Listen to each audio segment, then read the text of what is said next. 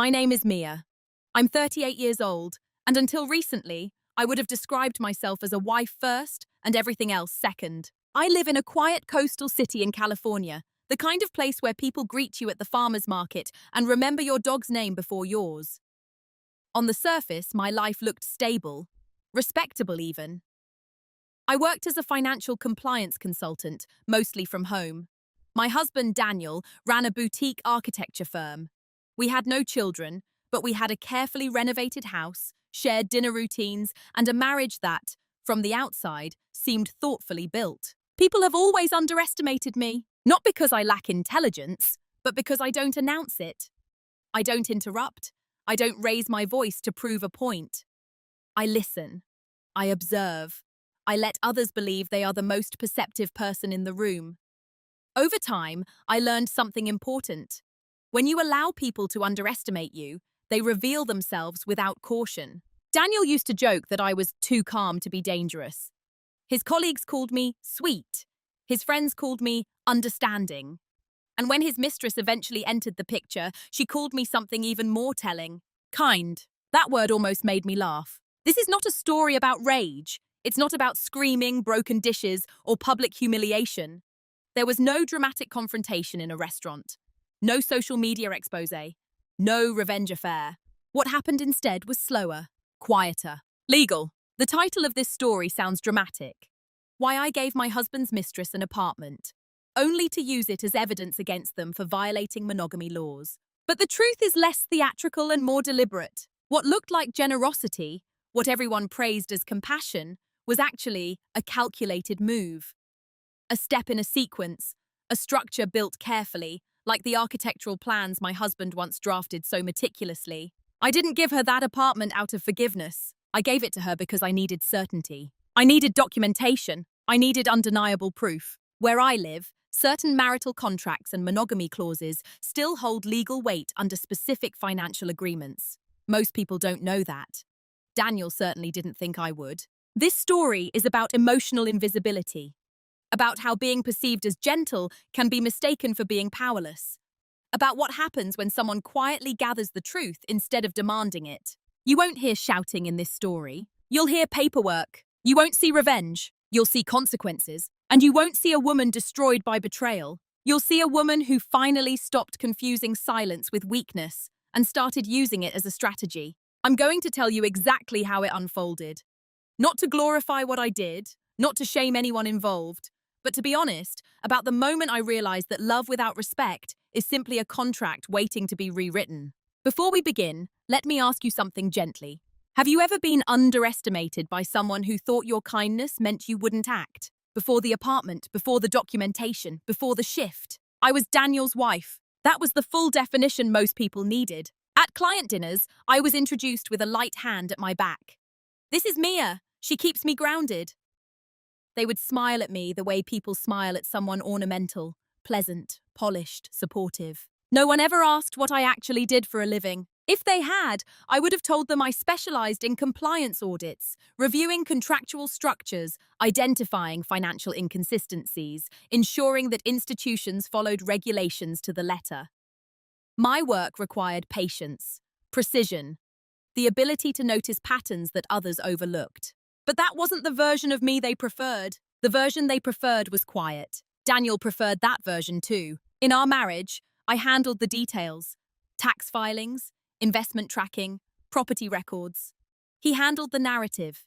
He was charismatic, expressive, the visionary architect with grand ideas and confident gestures. I was the one who read the fine print on every vendor contract his firm signed. He used to say, almost affectionately, "I build the dream. Mia protects it." I don't think he realized how literal that was. To his friends, I was dependable. The one who remembered birthdays, the one who hosted holiday dinners without complaint, the one who smoothed tension with a steady tone when conversations became political or sharp. Invisible labor, executed flawlessly. If you had asked me then whether I felt invisible, I would have said no. Because invisibility, when chosen, can feel like peace. I didn't crave the spotlight. I didn't need applause. I valued stability more than admiration. And Daniel, in the early years, respected that about me. He said I was solid, unshakable. Over time, though, solidity became predictability. Predictability became an assumption. Assumption became dismissal. When Daniel began staying later at the office, he didn't offer explanations, just updates. Big project. New junior designer. Client dinners. He said these things casually, expecting no resistance. And I didn't resist. Not because I didn't notice the pattern shift, but because I had always believed trust was demonstrated through calmness. Looking back, I can see how they must have described me. To her, she's not dramatic. She doesn't question me. She trusts me completely. I imagine he said it with a kind of relief. What neither of them understood was this. Trust doesn't mean blindness. Silence doesn't mean ignorance. And calmness doesn't mean absence of thought. At networking events, I remember meeting her once, though I didn't know yet who she would become in my life. She was introduced as a new designer in his firm. Bright smile, effortless confidence. She held Daniel's attention in a way that felt intentional. When she shook my hand, she assessed me quickly. I saw it in her eyes. She categorized me. Safe, soft, unthreatening, and I let her. Because at that time, I was still playing the role I had been assigned. Supportive wife, background stability, emotional safety net. What they never considered was that the woman quietly organizing joint tax documents, the woman updating beneficiary structures, the woman reviewing our marital contract after a recent asset expansion, was also evaluating risk. Not emotionally, legally, financially, systematically. To them, I was predictable. To myself, I was observant. And when the first undeniable confirmation of their affair reached me, I didn't collapse. I didn't confront. I didn't even cry that night. I opened my navy leather portfolio, and I began reading. The first confirmation didn't arrive as a confession. It arrived as a receipt. It was ordinary, digital, easily overlooked. I was reviewing our shared credit card statements one Tuesday afternoon, something I did every month without fail. Not because Daniel asked me to, because that had simply become my role. Numbers comfort me. They tell stories without embellishment. Most months, the transactions were predictable. Client lunches, software subscriptions, hardware supplies, the occasional dinner when Daniel was too tired to cook. That afternoon, I noticed a charge for a boutique wine bar downtown. 2 glasses, a charcuterie board, a weekday 3:17 p.m. The time stood out more than the amount. Daniel doesn't drink in the afternoon. Not ever. I stared at the timestamp longer than necessary. Then I checked his calendar, which synced automatically to our shared home system. Blocked. Site visit. Perhaps it was. Perhaps a client had chosen wine instead of coffee. I told myself that, and I almost believed it. But something in me shifted. Not suspicion exactly, but alertness. A small internal click, like a camera focusing. I didn't confront him that evening. I didn't even mention the charge casually. Instead, I asked about his day the way I always did.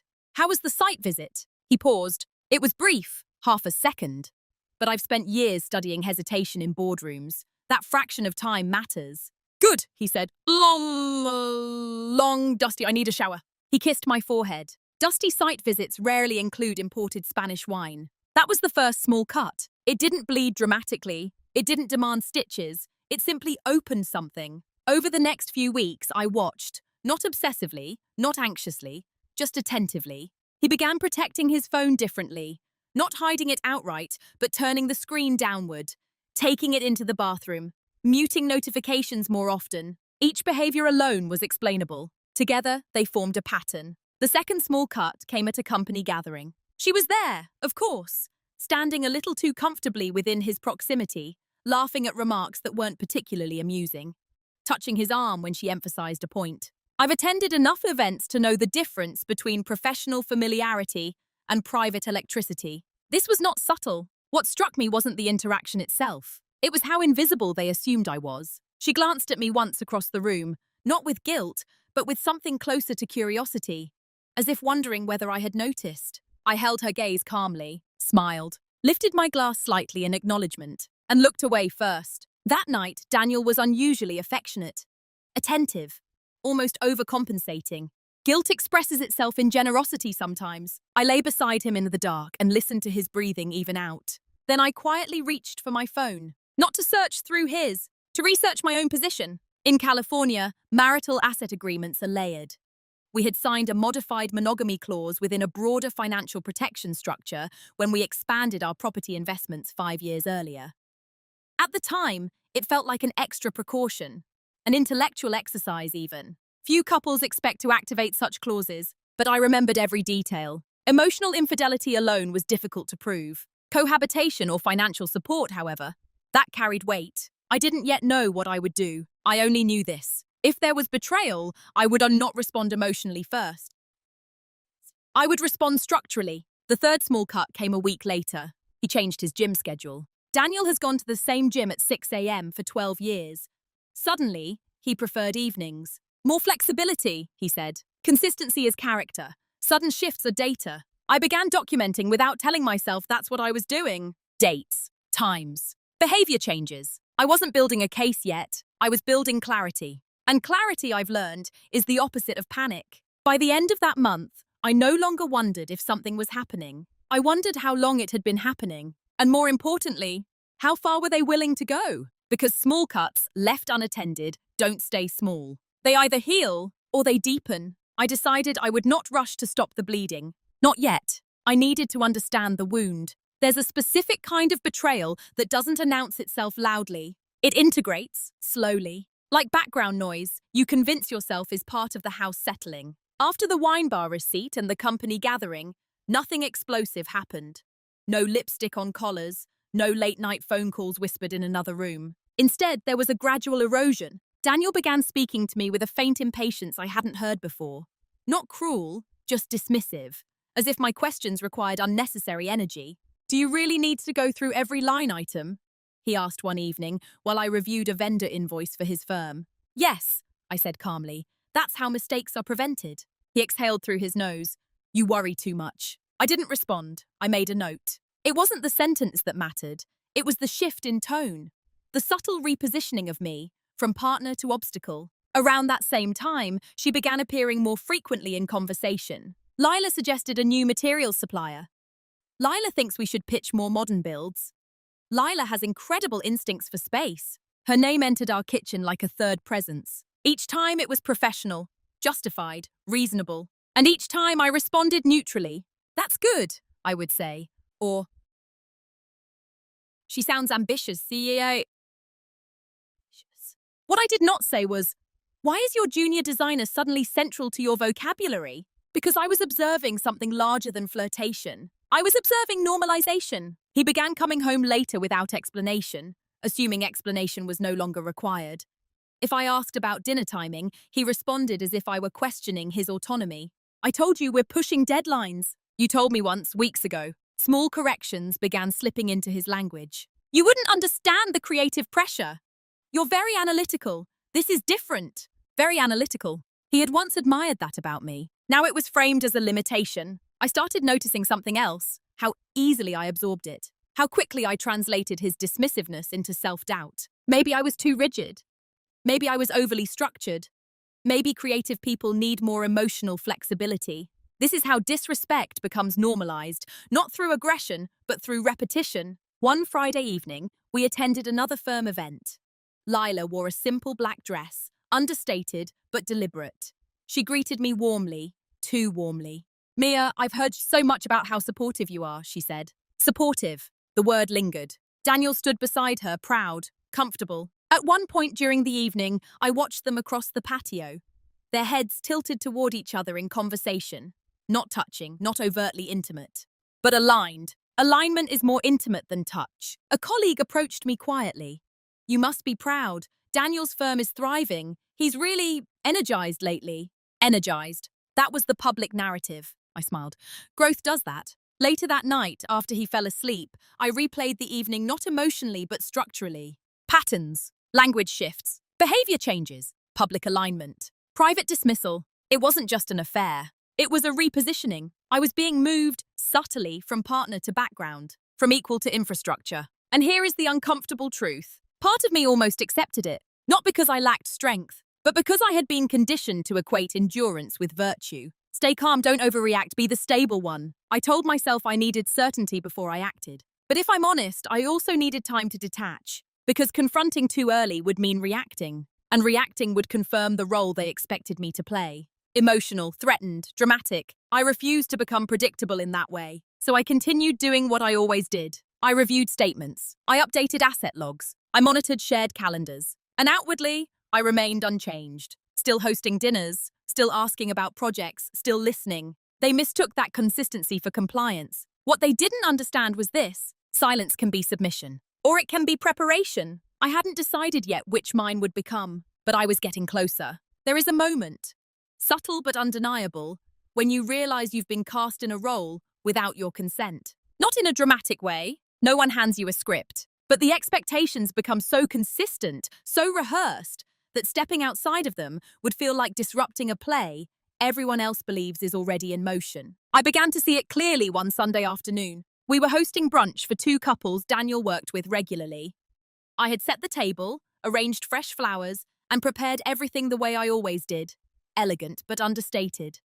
Daniel moved through the house with performative ease, refilling glasses, telling stories about a recent project pitch. At some point, Lila's name surfaced again. "She's got a sharp eye," one of the men said. "Keeps Daniel on his toes." Daniel laughed. "Yeah, she challenges me. It's refreshing." Refreshing. The word landed quietly. No one looked at me. No one asked what refreshed me.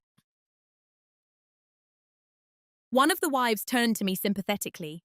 It must be hard for him working so closely with young, ambitious designers. There it was. The assumption that my role was to tolerate, to trust, to remain gracious. I smiled because smiling is disarming. "Ambition is useful," I said evenly, "as long as it's directed properly." The table laughed lightly, not hearing the subtext. That afternoon, as I cleared dishes alone in the kitchen, something crystallized. I wasn't being betrayed loudly. I was being replaced socially, gradually, strategically. Not in the title, but in emotional energy. Daniel had begun presenting himself as someone evolving beyond me, and I, by staying composed, had unintentionally reinforced the image of the stable, static wife. Reliable, useful, invisible. Later that week, Daniel mentioned that Lila was struggling to find an apartment closer to the firm's new downtown project site. "Rent prices are ridiculous," he said, scrolling on his phone. "She might end up commuting an hour." I dried my hands slowly. "And that would affect the project timeline?" I asked. "Maybe. She's essential right now." Essential. Another word that lingered. He didn't see the irony in that sentence. Or perhaps he didn't look for it. I asked a few practical questions. Location preferences. Budget range. He answered casually, as if discussing office supplies. That night, I reviewed our property holdings. Daniel and I owned 3 investment units under a joint LLC, 2 leased long-term, 1 currently vacant after a tenant relocation. The vacant unit was downtown, walking distance from his firm's expansion site. I stared at the file for a long time. Then I closed it. Over the next few days, Daniel mentioned her housing problem twice more. Not directly asking for help, but circling it. She's stressed. It's affecting her focus. The role became unmistakable. Supportive wife. Problem solver. Facilitator. If I offered a solution, it would confirm the narrative that I was generous, mature, secure. If I refused, I would appear threatened. It was an elegant trap. And that's when I understood something important. The role they had assigned me wasn't accidental. It was convenient. As long as I remained the composed, reasonable wife, their proximity could continue under the guise of professionalism. They didn't fear my reaction. They relied on my restraint. That realization did not make me angry. It made me precise. Because once you understand the role you're expected to play, you gain the power to rewrite it. I revisited the vacant apartment listing the following morning. Downtown, neutral interiors, secure building, separate parking access, independent utilities, private, isolated, documentable. What looked like generosity could serve another purpose entirely. At dinner that evening, I spoke carefully. "We still have the downtown unit vacant," I said, slicing my salmon evenly. "Short-term lease, market rate, of course. It would solve the commute issue." Daniel blinked. "That's actually a great idea," he said slowly. Of course it was. He reached across the table and squeezed my hand. "You're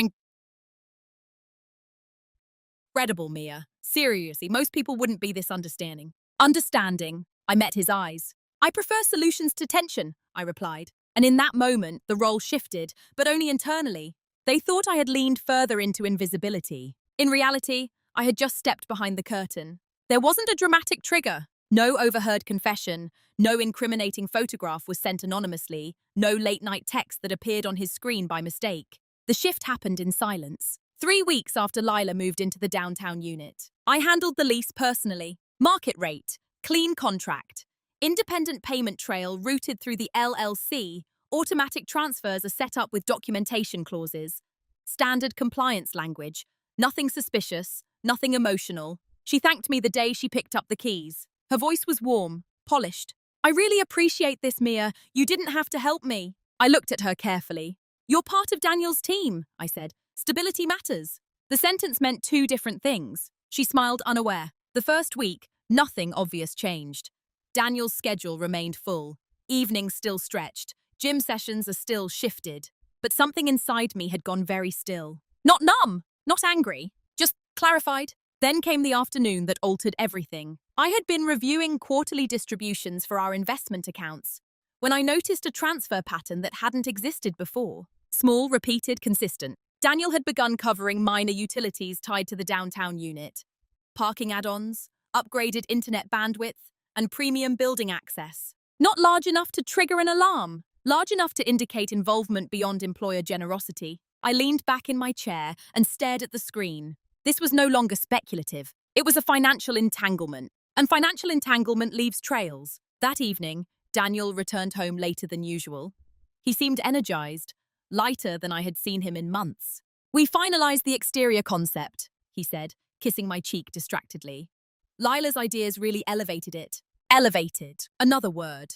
As he spoke, I realized something profound. He wasn't hiding out of fear. He was hiding out of an assumption. He believed I would never move, never question, never disrupt. And in that realization, something shifted permanently. Not my love. That had already thinned. Not my anger. That had never ignited fully. What shifted was my orientation. I stopped waiting for him to correct himself, stopped hoping this would dissolve naturally, stopped viewing the situation as emotional betrayal alone. I began seeing it as a structural breach. That night, instead of lying awake analyzing his tone, I opened our marital contract. 5 years earlier, when we expanded our property holdings, I had insisted on adding a reinforced monogamy clause tied specifically to asset protection within the LLC. At the time, Daniel had laughed gently. Planning for worst-case scenarios? He teased. I planned for clarity, I replied. The clause was explicit. Any documented cohabitation, financial support, or material facilitation of an extramarital partner within jointly held assets constituted a breach, triggering financial penalties and asset redistribution provisions. Most people assume these clauses are symbolic. They are not, especially when structured properly. As I read the language again, I felt neither triumph nor devastation, only steadiness. The apartment, the lease, the financial support trail, the building's keycard logs, security footage, utility timestamps. What looked like generosity had created proximity. Proximity would create documentation. Documentation would create leverage. And leverage would create options. For the first time since noticing that wine bar receipt, I stopped wondering if something was happening. I began preparing for when it would be undeniable. The next morning, Daniel mentioned casually that he might crash downtown some nights during project deadlines to avoid commuting. I buttered my toast evenly. That makes sense, I said. He studied my face briefly, perhaps searching for tension. He found none, because what he interpreted as trust was now calculation, not malicious, not vengeful, just precise. That was the day something shifted. I stopped being the wife trying to preserve the marriage and became the woman preparing to protect herself, quietly, legally, completely. There's a difference between not speaking and choosing silence. Before, my quiet had been instinctive, conditioned, a reflex shaped by years of believing that composure preserved relationships. Now it was deliberate. When Daniel began staying overnight at the downtown apartment to meet early contractors, I didn't ask for proof. I didn't request updates. I didn't even adjust my tone. I adjusted my timing. I began waking earlier, organizing my work so that I could monitor shared account activity in real time. I set up automated alerts, not intrusive, not illegal, simply structured oversight of joint assets, something I had every right to do. Every keycard entry to the building generated a timestamp within the property management portal. Every overnight parking use requires registration. Every utility spike created a digital footprint. He believed the apartment was neutral ground. It wasn't. It was an asset. And assets are traceable. The first time he stayed there overnight, I felt something unexpected. Not heartbreak. Relief. Because ambiguity is exhausting. Certainty, even painful certainty, brings structure. The following morning, I saw 2 separate keycard entries within 15 minutes of each other. hers and his. The building system logged them distinctly. 10:42 p.m., 10:57 p.m. No one enters their own apartment twice within 15 minutes unless they're meeting someone at the door. I closed the portal calmly. That was documentation. Still, I said nothing. Daniel's behavior shifted again, not toward guilt, but toward ease. He grew more relaxed at home, almost grateful for my understanding. "You're amazing." "Okma," he said one evening. "Not everyone would be this secure." Secure. The word almost amused me. Security in my world meant enforceable clauses. I watched how confidently he moved now. How openly Lila referenced her new place during firm conversations. How seamlessly the narrative had evolved from suspicion to normalization. No one questioned why a junior designer suddenly secured premium housing steps away from the firm's most ambitious project. No one asked how she afforded it. They assumed merit. They assumed generosity. They assumed I was unaware. Silence protected that assumption. And silence protected me. During this time, I also began meeting quietly with an attorney. Not to file anything yet, but to review activation thresholds within our marital agreement.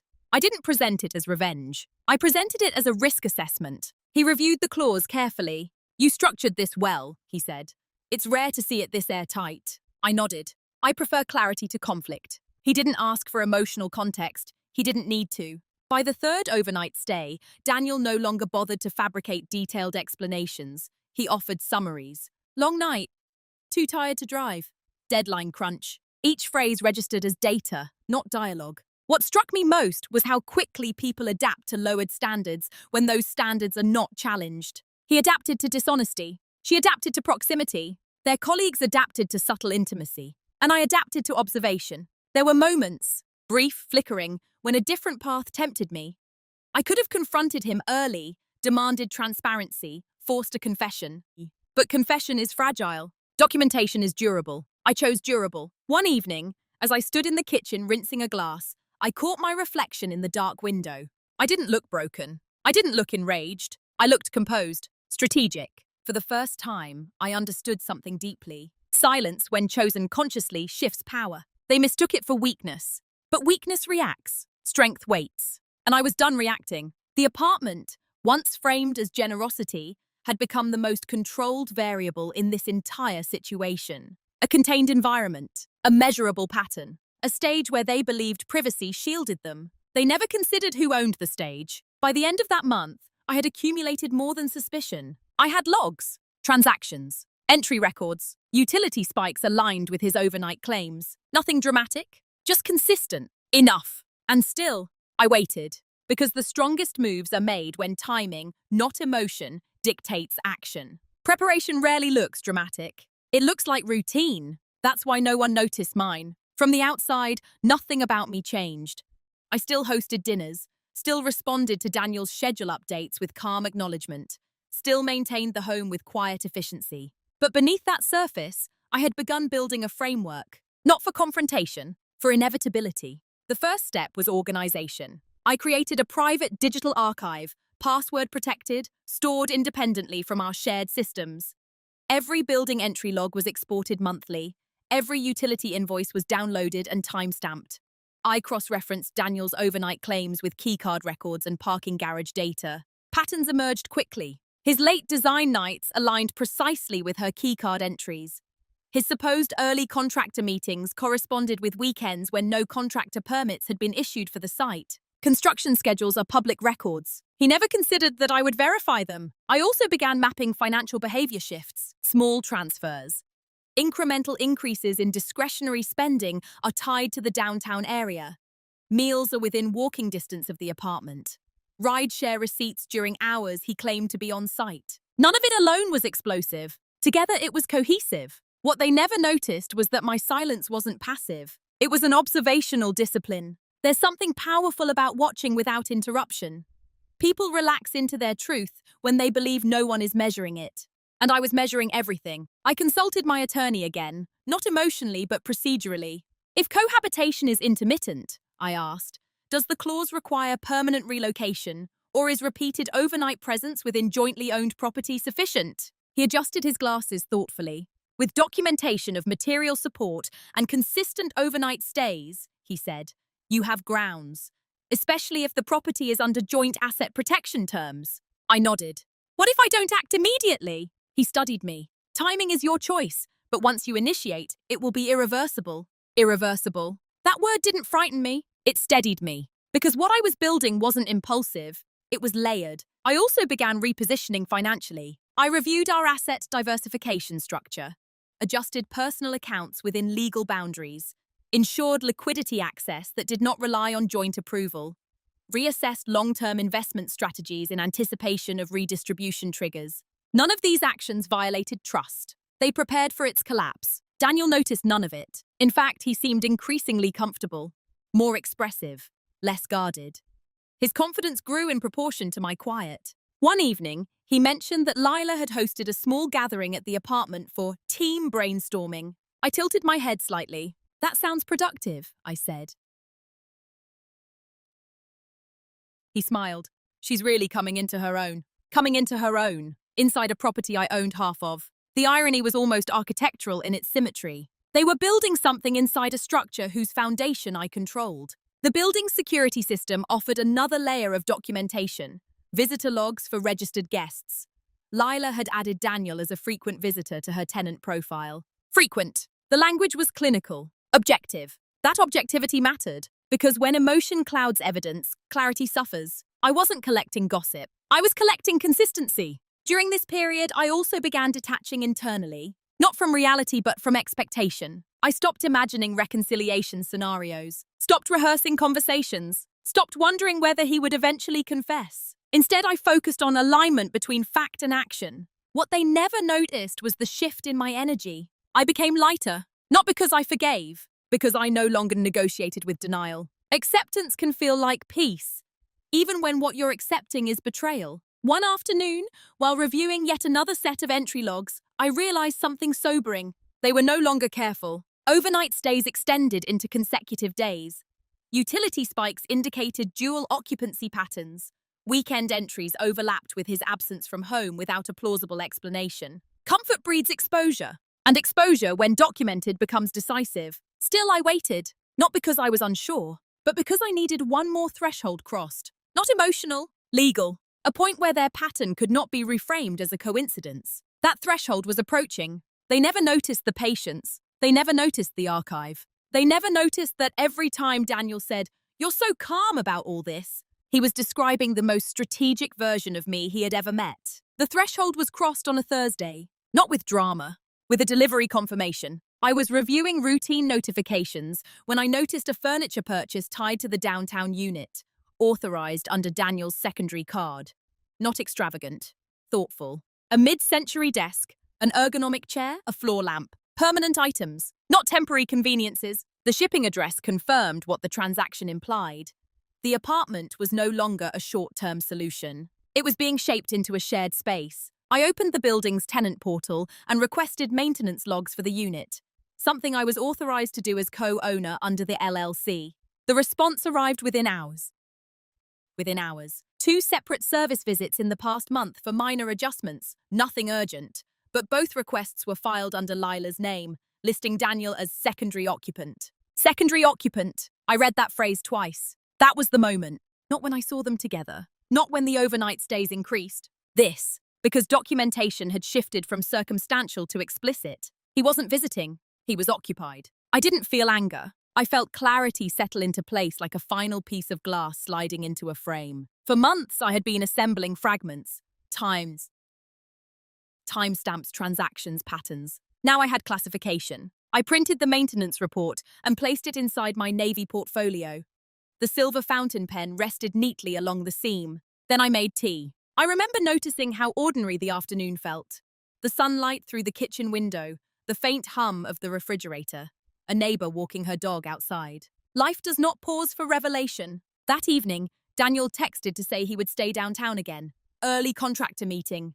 I responded with a simple thumbs up. Then I opened the tenant agreement I had drafted months earlier. Clause 7, sub-occupancy disclosure requirements. Clause 12, unauthorized cohabitation within jointly owned property triggering financial review. The language was deliberate, not emotional, enforceable. I called my attorney the next morning. I have maintenance documentation listing him as a secondary occupant. I said evenly. Plus, consistent overnight logs and financial support trail. There was a pause on the line, not hesitation, but calculation. That's substantial, he replied. It demonstrates cohabitation within a jointly held asset. Is it sufficient to activate the clause? Yes, he said, especially in combination with financial facilitation. Financial facilitation, that was the phrase that anchored everything. The apartment, what everyone praised as generosity, had become material support, which under our agreement constituted a breach. The irony was almost architectural in its elegance. I had provided the environment. They had provided the proof. And now, privately, I understood something else. I no longer needed more evidence. More waiting would only prolong the illusion. The choice ahead of me was not whether I could act. It was how. There were multiple options available. Immediate filing, quiet negotiation, asset freeze, delayed execution for strategic leverage. Each path led to the same conclusion. Irreversible restructuring. I sat with that reality for several days. Not to reconsider him, to evaluate myself. Was I acting from injury? Or alignment? I searched honestly for bitterness and found surprisingly little. What I felt instead was completion. The marriage as it had been was already over. The legal activation would simply formalize what behavior had dissolved. One evening, as Daniel dressed for another overnight stay, he paused in the doorway. "You've been different lately," he said carefully. "How so?" I asked. "Just calm, detached." I met his eyes. "I'm focused," I replied. He nodded slowly, perhaps interpreting that as professional stress. He never asked what I was focused on, and that was the final confirmation. They believed I was peripheral, but I was central to the entire structure. The apartment had done exactly what I needed it to do. It had created an undeniable proximity, undeniable documentation, undeniable breach. The reveal was private. There was no triumphant moment, no surge of satisfaction, just a steady recognition. I had leverage, and leverage changes everything. Leverage is powerful, but power without direction is only potential. For several days after the maintenance report, I did nothing visible. I continued my routines, answered emails, watered the plants, reviewed compliance documents for clients who had no idea my own life was being audited with similar precision. Inside, however, I was standing at a crossroads. There were 3 clear paths. The first was confrontation. I could present the documentation to Daniel privately, offer him a chance to confess, possibly negotiate a quiet dissolution of the marriage without activating the clause. It would be emotionally clean, civil, controlled, but it would also allow him to reframe the narrative. Regret softens consequences. The second option was silent negotiation through counsel, file preliminary notice, signal exposure, encourage settlement before formal activation. Strategic, efficient, but still somewhat merciful. The third option was full activation. Trigger the monogamy breach clause formally through my attorney. Freeze specific joint distributions. Initiate asset redistribution review under contractual terms. Irreversible. Clean. Final. I asked myself one question repeatedly. If he had not underestimated me, if he had respected the structure we built together, would I still be here, evaluating these options? The answer was no. This wasn't about the affair alone. It was about entitlement. He had believed he could occupy a jointly owned property with another woman, financially support her comfort within it, and return home to stability without consequence. That belief required a specific assumption, that I would absorb it, that I would remain the reliable infrastructure. The decision point wasn't emotional, it was philosophical. Did I want an apology? Or accountability? An apology can be persuasive, emotional, immediate. Accountability is structural, documented, enduring. On a quiet Sunday morning, I drove downtown alone. I parked across the street from the building, not to spy, not to watch for them, but to sit with the reality of what I had set in motion months earlier. The facade was modern, glass and steel, reflective. I thought about the day I handed Lila those keys, how composed I had been, how generous I had appeared. I wasn't proud of the deception, but I was proud of the foresight. The apartment had been a test, not for them, for me. Could I act strategically without becoming cruel? Could I enforce boundaries without theatrics? Could I end something with dignity rather than spectacle? The answer, I realized, depended on timing. If I confronted now, before formal activation, I would be inviting negotiation. If I activated first, the structure would speak before emotion could intervene. I chose structure. That afternoon, I emailed my attorney. Proceed with formal activation under Clause 12. Include documentation of financial facilitation and co-occupancy. He responded within the hour. Understood. Filing preliminary notice tomorrow. Be aware, once served, asset protections will shift immediately. Immediately. I felt the weight of that word settle. There would be no dramatic scene. No raised voices, just paperwork delivered to his office. And a notification was sent to the registered tenant of the downtown unit regarding breach review under ownership terms. I didn't inform Daniel. I didn't hint. That evening, he told me he would stay downtown again. Big presentation tomorrow. He said, yeah. I nodded. Good luck. There was a softness in my voice that surprised even me. Not because I forgave him, but because I had already let go. The next morning at 9:14 a.m., the documents were served, and with that, the decision was no longer theoretical. It was active, irreversible. The structure we built together had just shifted beneath his feet. He simply didn't know it yet. The morning the documents were served, I followed my usual routine. Coffee, email review, a compliance call with a client in Chicago. At 9:26 a.m., my phone vibrated. Daniel. I let it ring once before answering. Hey, I said evenly. There was a pause on the other end, longer than any hesitation I had recorded months earlier. What is this? He asked finally. His voice wasn't angry. It was confused. I assume you're referring to the breach notification, I replied. Another pause. You filed something against me. I activated a clause we both signed. Silence filled the space between us. I could almost hear his thoughts rearranging themselves. This is extreme, Mia, he said carefully. We haven't even talked. We signed, I corrected gently. There was no shouting, no accusations, only the sound of someone realizing the ground beneath them was not as stable as they believed. Within hours, the structural consequences began unfolding. Joint discretionary accounts were placed under temporary review, pending asset assessment. Certain automatic transfers were paused under compliance guidelines tied to breach activation. The downtown property's occupancy status was flagged for legal review under LLC ownership terms. Nothing explosive, just controlled containment. At 11:03 a.m., I received confirmation that Lila had also been notified.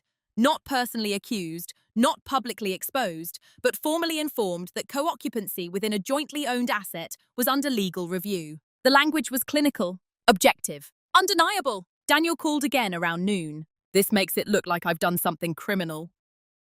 Criminal, he said. You've done something contractual, I replied. I was just staying there for work. The maintenance report lists you as a secondary occupant, I said calmly. Utilities reflect dual occupancy patterns. Financial transfers indicate material support. I didn't raise my voice. I recited facts. He exhaled sharply. You were monitoring this. I was managing our assets. The distinction mattered. By mid-afternoon, his tone shifted from confusion to urgency. We can fix this, he said. We don't need lawyers involved. The irony settled heavily in the air. Lawyers were already involved. And this wasn't about repair. It was about enforcement. What struck me most was how quickly his confidence dissolved once documentation replaced assumption. For months he had moved freely, believing discretion was enough. But discretion is fragile. Records are not. Later that evening, he came home early. He stood in the doorway of the living room, shoulders tense, searching my face for something. Anger, softness, hesitation. You planned this, he said quietly. I prepared, I corrected. For how long? Long enough. He sank into a chair, rubbing his temples. I never thought you would go this far. There it was. The core assumption. He never thought I would act. I never thought you would either, I replied. There was no heat in the room, only consequence. By the next morning, the ripple effects extended outward. The firm's financial projections were impacted because certain joint investment lines tied to expansion were now under review. The downtown unit's occupancy rights were temporarily restricted pending resolution. Lila's housing situation, once secure, was suddenly unstable. No one had been publicly humiliated, but stability had shifted. Daniel moved through the house differently that day. Less certain, less assured. His phone remained silent in his hand more often than not. The silence between us was no longer observational. It was structural. He asked once more that evening, softer this time. Why didn't you just talk to me? I looked at him steadily. I did, I said. You just weren't listening. He had heard my calmness for months. He just mistook it for absence. Now, the process was moving on its own timeline. Court reviews, asset assessments, legal negotiations. I didn't rush it. I didn't dramatize it. I let the structure unfold exactly as it was designed to. Because when you move in silence long enough, action doesn't need to be loud. It simply needs to be precise. Consequences rarely arrive with spectacle. They settle in quietly, like fog rolling through a familiar street, soft at first, then impossible to ignore. 3 days after the activation, Daniel's firm's accountant requested an urgent meeting. Certain expansion funds, previously backed by our jointly leveraged assets, were temporarily frozen pending contractual review. It wasn't catastrophic, but it was destabilizing. I wasn't in that meeting. I didn't need to be. By evening, Daniel's posture had changed. The casual confidence he once carried into every room had thinned. His movements felt calculated now, careful. "What exactly are you trying to prove?" he asked that night, sitting across from me at the dining table we had chosen together years ago. "Nothing," I said. "It's already documented." He pressed his lips together. "You're punishing me." "No," I replied evenly. "The clause is executing." "There's a difference. Punishment is emotional. Execution is procedural." The downtown apartment review moved quickly. As a co-owner under the LLC, I had the authority to request occupancy verification. Building management complied without resistance.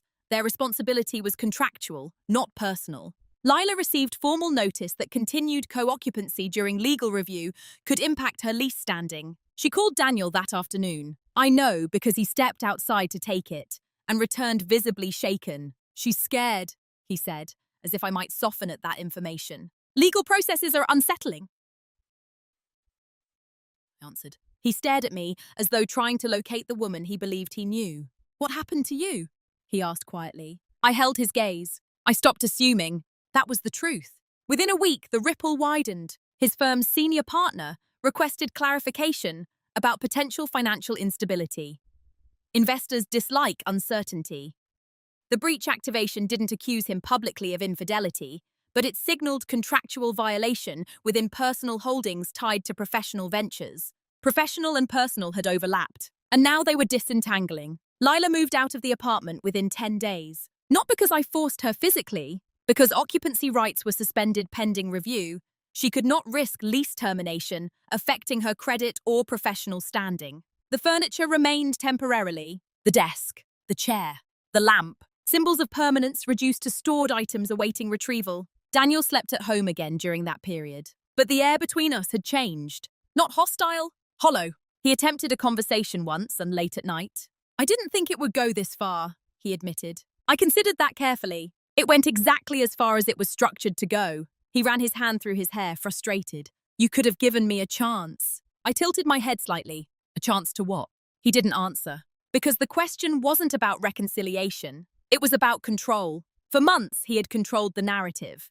When he left, where he stayed, how the situation was framed. Now the structure controlled him. The consequences weren't dramatic. They were logistical, asset reviews, credit impact considerations, professional discomfort, relocation complications, and most importantly, exposure to reality. Not a public scandal, private undeniability. One evening, as we sat in separate rooms, I felt a surprising absence of triumph. I wasn't satisfied. I wasn't vindicated. I was aligned. There's a difference. Alignment feels steady, like gravity doing its work. The consequences had begun, not as revenge, but as recalibration. And recalibration rarely feels good for the person who benefited from the imbalance. Daniel looked at me differently now. Not dismissively, not affectionately, carefully, as though he was finally measuring me properly. But by then, measurement no longer mattered. The structure was already in motion, and some motions, once initiated, cannot be reversed. Panic doesn't always look frantic.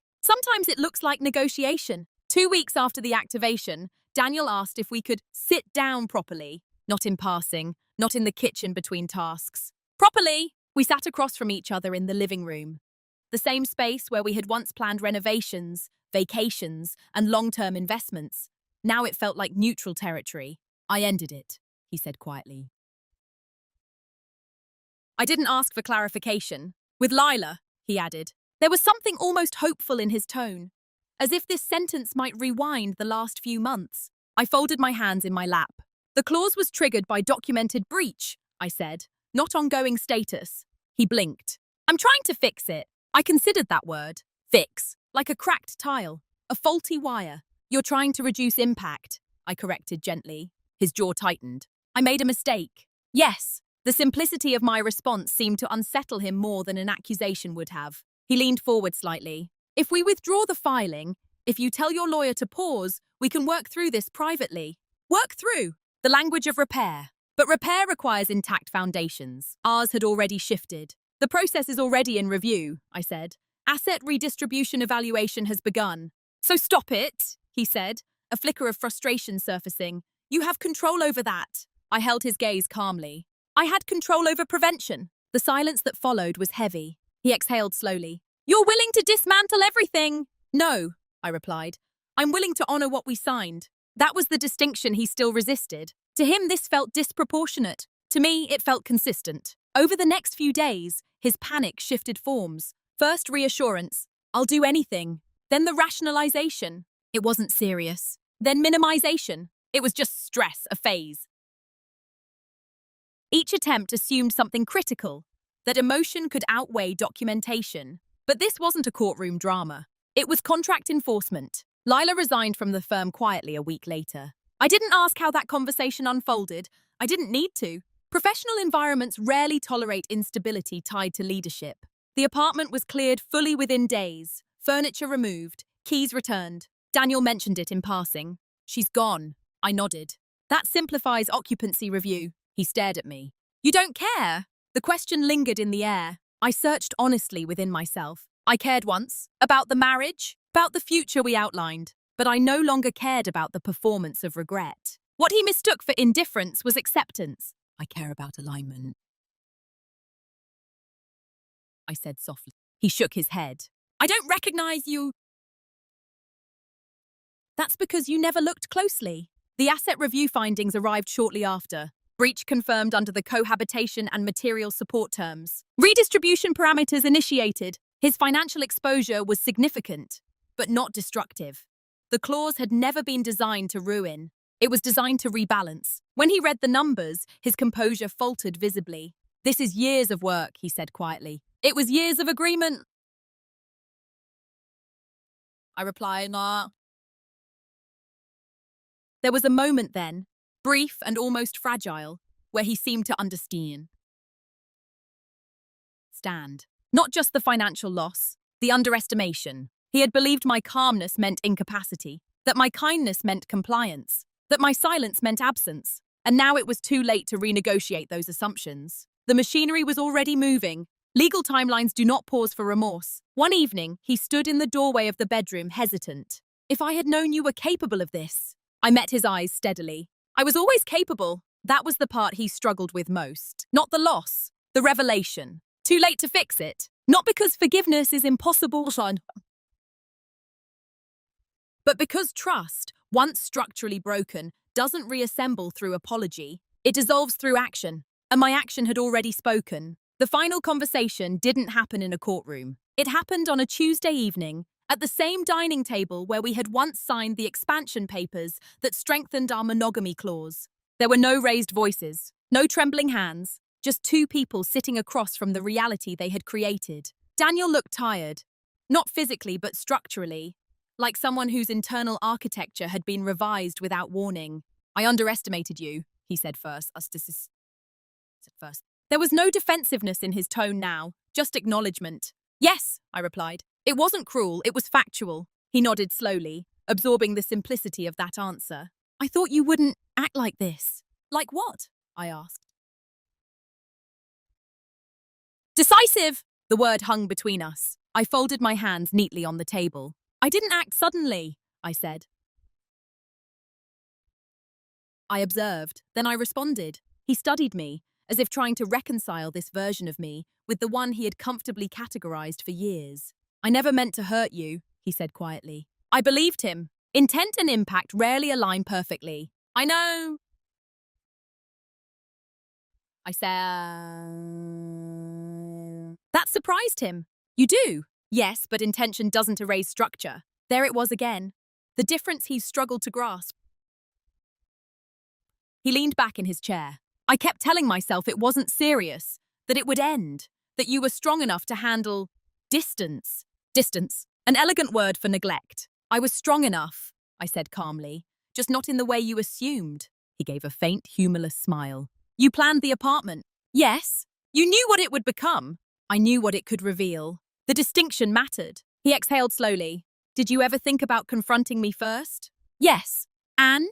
I chose documentation. There was no triumph in my voice, no bitterness, just clarity. He rubbed his temples briefly. It feels like you set a trap. I shook my head slightly. I set a boundary. You crossed it repeatedly. Silence settled between us, but it wasn't hostile. It was final. After a moment, he asked something softer. Did you ever want to save us? The question deserved honesty. I wanted us to protect what we built, I said. But protection requires mutual effort. He lowered his gaze. I didn't think you'd dismantle everything over this. I didn't dismantle it, I replied gently. You restructured it. I enforced the terms. There were no more arguments left in him. No more bargaining. The confrontation wasn't explosive because the explosion had already happened, quietly, months earlier, when respect eroded. What remained now was acceptance. I'm sorry, he said finally. I believed that too. But apologies arrive differently when the consequence is already active. Take care of yourself, Daniel, I said. Not as dismissal, as closure. He nodded once. There was no dramatic exit, no slammed doors, just the understanding that what we had was no longer recoverable, not because of rage, but because of reality. As he stood to leave the room, he paused. I don't think I ever really saw you, he admitted. I met his eyes steadily. That was never my limitation. And with that, the confrontation ended. Not in heat, but in recognition. It has been months since the activation was finalized. The legal reviews concluded. The assets were redistributed according to the clause. The LLC was restructured under separate management.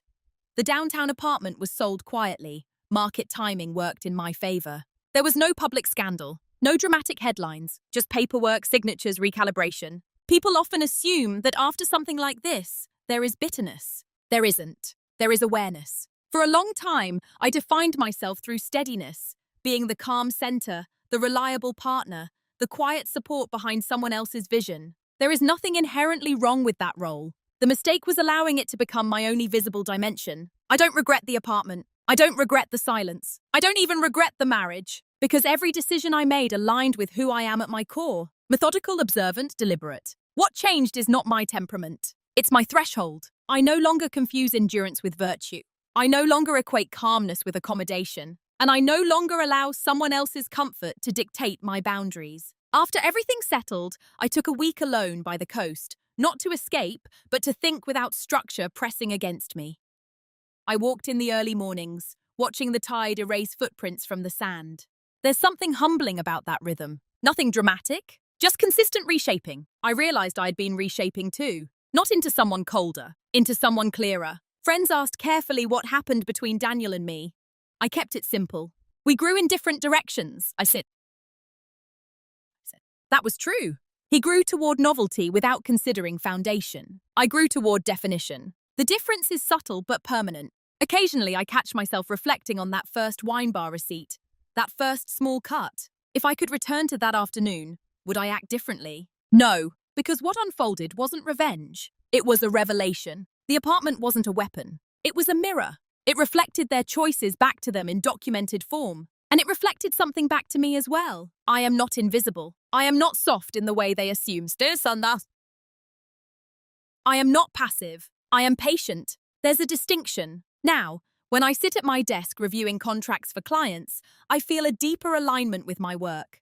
I understand boundaries not as threats but as architecture. Healthy relationships require reinforcement beams, mutual respect, transparency, shared accountability. Without them, the structure eventually collapses under its own imbalance. I still value calmness. I still prefer measured responses, but I no longer hesitate to act when action is required. Who I am now is not louder, not harder, just unmistakable. Quiet dominance isn't about overpowering someone. It's about knowing exactly when to stop absorbing what was never yours to carry. And I have stopped. When people hear the title of this story, they often expect spectacle. They expect anger. They expect humiliation. They expect revenge. What they rarely expect is restraint. What looked like generosity, offering my husband's mistress an apartment, was not cruelty disguised as kindness. It was clarity disguised as calmness. I didn't orchestrate chaos. I created conditions where the truth could no longer hide behind assumptions. There's an important distinction between exposing someone and allowing them to expose themselves. I chose the second, because when you force a confession, it can be denied. When you document a pattern, it stands. This story isn't about punishing infidelity. It's about refusing to be repositioned without consent. It's about recognizing when you've been assigned the role of safe, understanding, secure, and deciding whether that role still honors you. For months, they mistook my silence for weakness. But silence when conscious is a strategy. Calmness when anchored in self-respect is leverage. And boundaries, when written clearly, do not require raised voices. If there's a lesson in everything that happened, it's this. Kindness should never cost you your clarity. Patience should never erase your power. And love should never require you to become invisible. I don't hate Daniel. I don't hate Lila. They acted according to their assumptions. I acted according to my standards. And standards once defined protect you long before emotion can. So now I'll leave you with something to think about. Have you ever allowed someone to underestimate you?